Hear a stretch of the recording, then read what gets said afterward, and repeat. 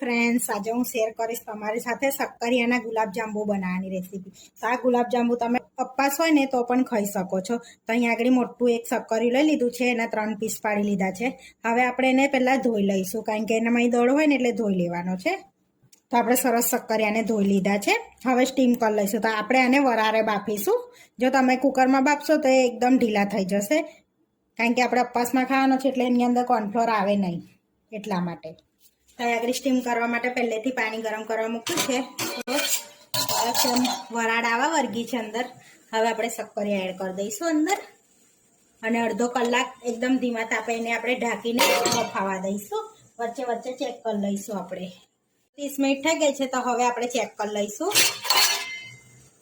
તો ચપ્પુ એડ કરીને ચેક કરી લઈશું. તો જોઈ શકો છો આપણે સ્ટીમ થઈ ગયા છે ને સરસ બફાઈ ગયા છે. હવે પ્લેટમાં કાઢી લઈશું. અહીં આપણે પ્લેટમાં લઈ લઈશું. તો જોઈ શકો છો સરસ એવા આપણા સ્ટીમ થઈ ગયા છે. હવે શક્કરિયાને આપણે ઠંડા કરી લેવાના છે એકદમ. શક્કરિયા ઠંડા થઈ ગયા છે, તો આપણે એને છોલી લઈશું. હવે શક્કરિયાને છોલી લીધા છે, આપણે મેશ કરી લઈશું આ રીતે. તો તમારે રેસા હોય તો ગરણીમાં ચારી લેવાનો, શક્કરિયાનો પલ્પ લઈ લેવાનો ખાલી. તો શક્કરિયાને મેશ કરીને એકદમ સોફ્ટ કરી લેવાના છે આપણે આ રીતે. હવે આપણે બાઇન્ડિંગ માટે મિલ્ક પાવડર એડ કરીશું. 1 કપ આપણે મિલ્ક પાવડર એડ કરીએ છીએ. હવે હાથેથી સરસ આપણે બધું મિક્સ કરી લેવાનું છે આ રીતે. તો એક સરસ બાઇન્ડિંગ આવી જશે, અને સરસ આપણે મિક્સ કરવાનું છે એમાં. હવે સરસ મિક્સ કરી લીધું છે. 1 ચમચી ઘી એડ કરીશું આપણે. હવે ફરી મિક્સ કરી લઈશું એને આ રીતે. જોઈ શકો છો સરસ એવો આપણો લોટ જેવું બંધાઈ ગયું છે. ઘી એડ કરવાથી સરસ એક સોફ્ટ થઈ જાય છે એ લોટ. તો જોઈ શકો છો એક લોટ જેવું બંધાઈ ગયું છે આ રીતનું. હવે થોડુંક ઘીવાળો હાથ કરીને આપણે સરસ એવા બોલ્સ નાના નાના વાળી લેવાના છે અંદરથી. તો થોડુંક બેટર લઈને આ રીતના બોલ્સ વાળી લઈશું આપણે. તો ગોલ ગોલ રાઉન્ડ ફેરવતા જઈને સરસ બોલ્સ ગુલાબજાંબુના શેપ આપી દેવાનો છે આ રીતનો. જોઈ શકો છો આ રીતે આપણે બધા વાળી લઈશું. તો આપણે સરસ એવા મીડિયમ નાના નાના બોલ્સ વાળી લીધા છે. હવે તળી લઈશું. અહીંયા આગળ તેલ ગરમ કરવા મૂક્યું છે. સરસ તેલ ગરમ થઈ ગયું છે. હવે એડ કરી દઈશું આપણે આ રીતે. તો આ સમયે ગેસ આપણે ધીરો રાખીશું.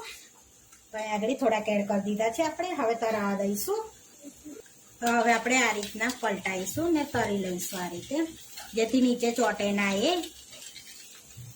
જોઈ શકો છો તો આપણે સરસ એવા આ રીતના ગુલાબજાંબુ તળાઈ ગયા છે. તો આ રીતનો કલર રાખવાનો છે આપણે. તો બહુ કાળા નથી કરી દેવાના.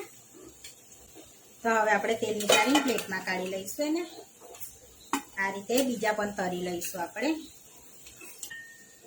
આપણે બધા ગુલાબજાંબુ તળીને રેડી થઈ ગયા છે. હવે આપણે ચાસણી કરી લઈશું. હવે 1 કપ આપણે ખાંડ લઈ લઈશું, કારણ કે આપણે મિલ્ક પાવડર પણ એડ કર્યો છે અને શક્કરિયા પણ ગળી આવે છે, એટલે 1 કપ આપણે ખાંડ લઈશું. તમારે વધારે ગળ્યું જોતું હોય તો 1.5 કપ લઈ લેવાનો. હવે આપણે પાણી એડ કરી દઈશું 1 કપ જેટલું. હવે ગેસ પર રાખીને આપણે એને હલાવતા રહીશું, જેથી ખાંડ ઓગળી જાય ને ચાસણી આપણી ચીપચીપી થઈ જાય. હવે ફ્લેવર માટે ઇલાયચી પાવડર એડ કરીશું આપણે 1/2 ચમચી જેવો, અને મિક્સ કરી લઈશું. હવે 2 થી 3 કેસરના તાર ઉમેરીશું આપણે અંદર. હવે મિક્સ કરી લઈશું. આપણી ચાસણી એકદમ આમ ચીપચીપી લાગે છે, તો જોઈ શકો છો એકદમ ચીપચીપી આપણી ચાસણી રેડી થઈ ગઈ છે. તો આપણી ચાસણી બનીને રેડી થઈ ગઈ છે. તો ગેસ પરથી નીચે ઉતારી લીધી છે. હવે આપણે ગુલાબજાંબુ એડ કરી દઈશું અંદર આ રીતે. બધા એડ કરી દેવાના છે અને મિક્સ કરી લઈશું. હવે આપણે અડધો કલાક માટે રહેવા દઈશું એને ઢાંકીને, એટલે સરસ આપણા ફૂલી જશે અંદર. તો હવે 2 કલાક થઈ ગયા છે. તો આપણે 2 કલાક રેસ્ટ આપવાના છે ચાસણીમાં. તો જોઈ શકો છો સરસ ફૂલી ગયા છે આપણા ગુલાબજાંબુ. હવે સર્વ કરી લઈશું. તો અહીંયા બાઉલમાં આપણે ગુલાબજાંબુ લઈ લઈશું. થોડીક પરથી ચાસણી એડ કરીશું આપણે આ રીતે. તો તમારે ગુલાબજાંબુમાં બાઇન્ડિંગ ના આવે તો 1 કપ માવો ઉમેરી દેવાનો, ફૂટી જાય તો તરતી વખતે. તો કટ કરીને બતાવું જો, એકદમ સોફ્ટ એવા ગુલાબજાંબુ આપણા રેડી થઈ ગયા છે, પોચા ને સરસ એવા. તો આપણા ફરારી ગુલાબજાંબુ બનીને રેડી થઈ ગયા છે. આવા વિડીયો જોવા માટે મારી ચેનલને સબસ્ક્રાઈબ કરો, લાઇક કરો અને શેર કરો, અને તમે જરૂરથી ટ્રાય કરો. ફરી મળીશું નવા વિડીયોમાં. કોમેન્ટ કરીને જરૂરથી જણાવજો કે તમને આ મારી રેસીપી કેવી લાગી.